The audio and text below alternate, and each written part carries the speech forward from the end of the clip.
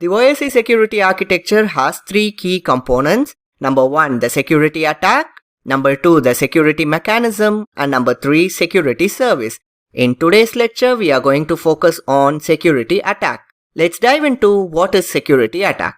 We know attack is an action that compromises the security of an individual or an organization. And if the attack is successfully launched, then the effects of the attacks would be loss of data or corruption of data or ransomware attacks or injection of viruses, worms or malicious softwares into the network or defacing the servers, and many effects are possible. The attacker only knows for what he has launched the attack, and this attack is basically of two types. Number 1, passive attack, and number 2, active attack. Firstly, we will see about passive attack. Passive attack attempts to learn or make use of information from the system. Basically, passive attacks are unauthorized reading of messages and no modification of messages involved.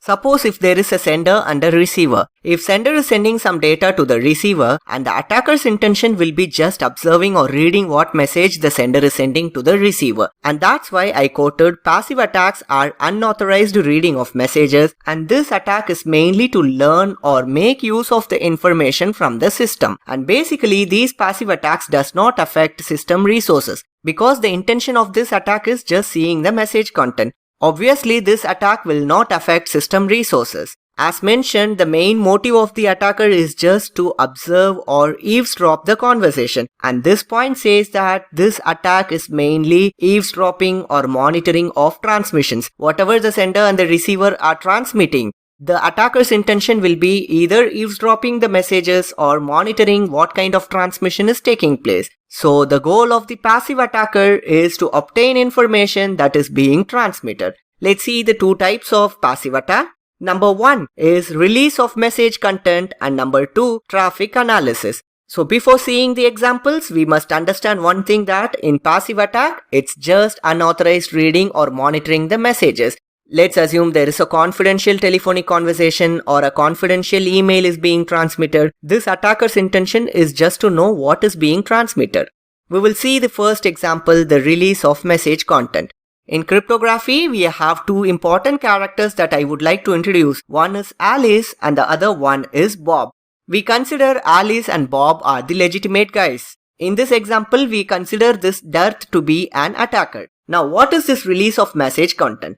Say Bob is sending some message to Alice. So somehow Bob and Alice are connected to each other. It may be through the internet or any other communication facility. Whatever message Bob is sending to Alice, Darth is getting a copy of the message. He is reading the contents of the message which is sent from Bob to Alice. So what Darth is going to do is, Darth is going to understand or know what is the data that is being transmitted between the sender and the receiver. In this case, Bob is the sender and Alice is the receiver. If Bob and Alice are exchanging information, if Darth is able to see the conversation, how to restrict this or how to prevent this? If Bob is encrypting the data before sending the data as such and Alice alone can decrypt, then Darth will have no way to see what message is being transmitted. But if the messages are not encrypted, obviously Darth will be able to know what is the data that is being communicated between the sender and the receiver. So we are done with the release of message content. Let's now move on to traffic analysis. In the traffic analysis, we have the same example where we have Bob to be the sender and we have Alice to be the receiver, and we have Darth who is the attacker here. Let's assume Bob has realized that somebody may sniff the conversation or somebody may eavesdrop the conversation. What Bob and Alice have decided? They have decided to do encryption before transmitting the data. Let's assume in this example, Bob is sending some encrypted data to Alice. Only Bob and Alice can understand what data is being transmitted because the data is now encrypted. The message is now encrypted. If Darth receives this encrypted message, he will definitely not be able to understand what is the data. But still, few information can be extracted, like the location or the identity of the communicating host or the length of the message that is being transmitted between Bob and Alice, the frequency of message transfers between Bob and Alice. This information will be useful in guessing the nature of the communication that is taking place between Bob and Alice. So Darth will come to know about some information, or Darth can guess what is the data that is being transmitted or what kind of data that is being transmitted based on the traffic. So in traffic analysis, Darth is going to observe the pattern of messages from Bob to Alice. We are done with passive attack. Let's now move on to active attack. We know in passive attack there is no modification of messages involved, just reading the messages. Whereas in active attack, the active attack involves some modification of data streams or the creation of false data stream. Just recollect, in passive attack, there is no modification of messages, only reading of messages, right? So the attacker will be reading either the message or the nature of message that is being transmitted if it is encrypted. Whereas in active attack, this active attack involves modification of the data streams or creation or insertion of a new data stream or a false data stream into the network. So active attacks involve some modification of the message or the data stream. Basically, this active attack is subdivided into 4 categories. Number 1, masquerade. Number 2, replay. Number 3, modification of messages. And number 4, denial of service. Let's start with the first active attack, the masquerade. What is this masquerade? In masquerade, one entity pretends to be a different entity. Suppose if I steal someone's username and password and if I log in with that username and password, I am a masquerader because I am not using my own credentials to log into the system. Rather, I am using someone's credential by just stealing that information. What the system will think if I provide the username and password of somebody else? The system will think that that person only is using the username and password because there is no way for the system to ensure that who is using. It verifies the credentials and provides the access. This is exactly masquerading is. Previously, Bob only was actually communicating with Alice. So in this example, Bob is not sending any data transfer to Alice. Rather, Darth is sending some data to Alice. What is the attack here then? Darth pretends to be Bob. So the message is what Darth is sending, the message from Darth appears to be from Bob. When Alice receives the message, Alice thinks that the message is from Bob, but actually it is from Darth and Darth sends the message like Bob. This is exactly masquerading is. Then what we can achieve from this masquerading? Say in this example, there is an authorized entity. Let's take Bob is the authorized entity and let's assume that Bob is having few privileges only. But Darth, when he pretends like Bob, he may request some more privileges from Alice. So one example of this attack is an authorized entity with few privileges may demand for extra privileges. We are done with masquerading, the first active attack. Let's now navigate to the second active attack, the replay attack. In replay attack, the name itself says that there is going to be a replay activity. So the messages are subsequently retransmitted. So in this example, can you see Bob is sending some message to Alice and here Darth is the attacker. What Darth is going to do?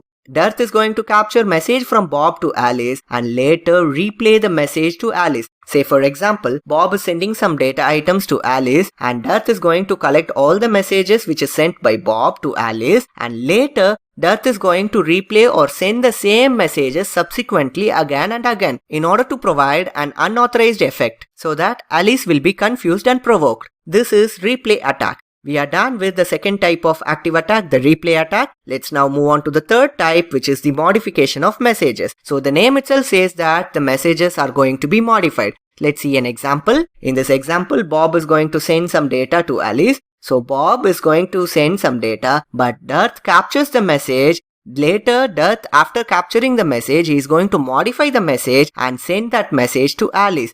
Now Alice receives the modified message, not the original message that was created by Bob. So the attacker Darth here modifies the message from Bob to Alice. Say for example, if Alice is sending a text, allow John to edit the document. What Darth can do? He can capture the message, he can modify the original message. The original message is allow John to edit the document. But what Darth is going to do? He's going to modify the message. Let's assume instead of John, he is placing the word Tim. So now what Darth is going to send to Alice? Allow Tim to edit the document. Actually, Bob created the text, allow John to edit the document. What Alice is receiving? Allow Tim to edit the document. So this is also an attack. This attack we will call as modification of messages. We are done with the third type of attack, which is the modification of messages. Let's now move on to the fourth type, the last type, the denial of service attack. The name itself says that we are going to be denied from getting the service. Let's see an example. In this example, Bob wants to access the server. But what Darth is going to do?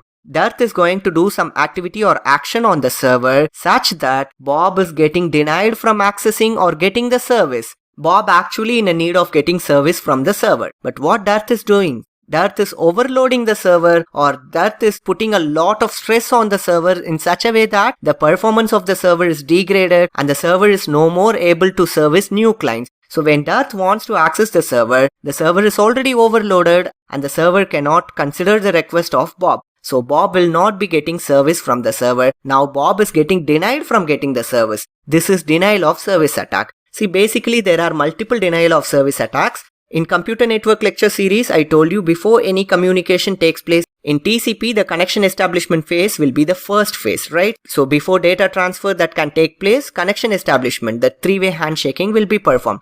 What if Darth is creating a malicious program or a bot program in his system and a lot of TCP connections are established with the server? I already told you attackers are intelligent guys. So how Darth is going to create this malicious program, He's going to create a program in such a way that from his computer, a lot of TCP connection request is going to reach server, but the server will be thinking that it is from different computers. In real time, we have a lot of tools to launch denial of service attacks, but never try denial of service attacks without the knowledge of the owners. According to the server thinks that it is from different clients. So at one fine point of time, the server becomes overloaded with a lot of requests. So obviously, Bob will not be able to access the server, right? This is denial of service attack. There are multiple denial of service attacks. In this example, we have seen the TCP connection establishment way of denial of service attack. There are multiple denial of service attack exist in today's world. That's it. We are done with the fourth type, the denial of service attack. So we are done with the active attack also. Before we conclude, let's see the difference between active and passive attacks. We know the basic difference between the passive and active attack. Passive attack will not involve in modification of messages, whereas active attack leads to modifications of messages that is being transmitted. Let's start with the passive attack now. Generally, passive attacks are hard to detect because there is no modification of the message involved. If the messages are modified, we can verify whether the message is modified or not. But passive attacks are just reading or eavesdropping the conversation. We can't guarantee that how many people have read the conversation. Say you want to send a letter to your friend, and before the letter reaches your friend, let's assume 10 people have read the message without modifying the message. How can you or your friend come to know how many people have read the message? So that's practically not possible, right? So passive attacks are generally hard to detect, and neither the sender nor receiver is aware of the attack because the messages are not modified. And how to prevent passive attacks? If the messages are sent as a plain text, then it will be difficult to prevent, right? But if the messages are encrypted, then except the sender and receiver, no one can understand what the messages are, right? So encryption prevents the success of the passive attacks. As far as passive attack is concerned, we know detecting the passive attack is very hard. So what should we do? We should focus more on preventing the passive attack. So in passive attack, more emphasis is on prevention than detection. And coming to the next attack, the active attack. So generally, active attacks are hard to prevent because we can't prevent the attacks, but we can easily detect the attacks because there will be modification of messages. As mentioned, it is difficult to prevent. So there are chances for the physical or the software or network vulnerabilities to take place. This active attack may involve in the physical devices or in the software or in the data that is being transmitted or maybe in the network as well. Whenever there is an active attack, we must detect and recover from any disruption or delays. We need to immediately act upon it. Otherwise, there could be a disaster in the organization. As and when the active attack is detected, we need to detect and recover from any disruption or delays of the service because it is more important, right? And finally, if the detection has a deterrent effect, it may also contribute to prevention. So we should focus on detecting as well as preventing the active attacks. Now I'll just put a question this way. Which attack is more dangerous? Is it passive or active? I know many people will answer active attacks are more dangerous. I will tell you both the attacks are dangerous because a confidential information breach or the security information breach, let's assume a confidential information maintained by an organization, maybe it's customer's record or payroll information or any other sensitive and highly confidential information by that organization, or even a government related information which is considered to be the most confidential data or military related data. If it is passively attacked, no modification, just revealed, it leads to disasters as well, right? So both the attacks are dangerous. It's not active or passive. Attacks are dangerous. We need to ensure that our system is not vulnerable to any attacks. And that's it, guys. I hope now you understood various passive attacks and active attacks. We also have seen the difference between passive and active attacks.